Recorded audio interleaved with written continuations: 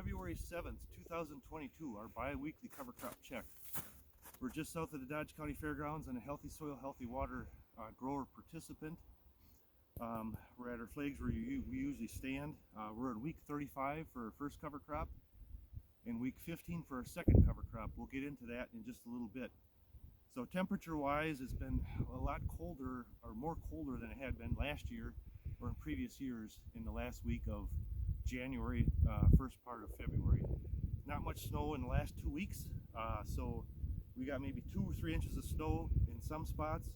We're going to walk to our spot where we dug in just a little bit, but we can see we got 8 rows of corn, 8 rows of beans, 8 rows of corn, 8 rows of beans. Wherever we have the corn residue, we got more snow. Wherever we have the bean residue, we have less. So we're going to walk over to our strips that we got dug out.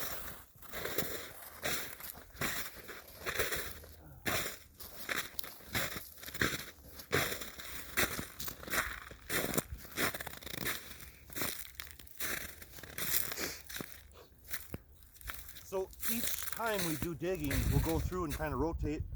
So we've never dug here before. So I'll go through, clear the snow off, and I either chipped some of this rye away when I was moving the snow, or there just isn't much rye here. But there are a couple real green rye plants.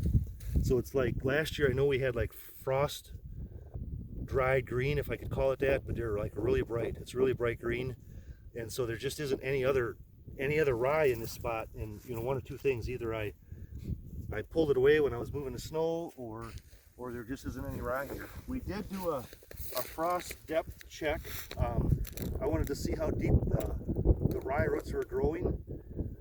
I got to look. I can go back and look last year to see what the depth was, but today we got down about 8 inches of frost, and I tried to pluck this soil out, and I couldn't. Wanted to see rye roots. I just gave up on it. So we got at least 8 inches of frost depth, and just colder the past 2 weeks than what it has been in the past couple years. So anyways, we'll shoot a video going down the corn rows. You can see that we got 8 rows of corn, 8 rows of beans, and there's more snow on the corn rows because the corn is holding the snow, less on the soybean ground. Doesn't look like there's much going on above ground, and I wanted to show you more below ground, but that just didn't happen today.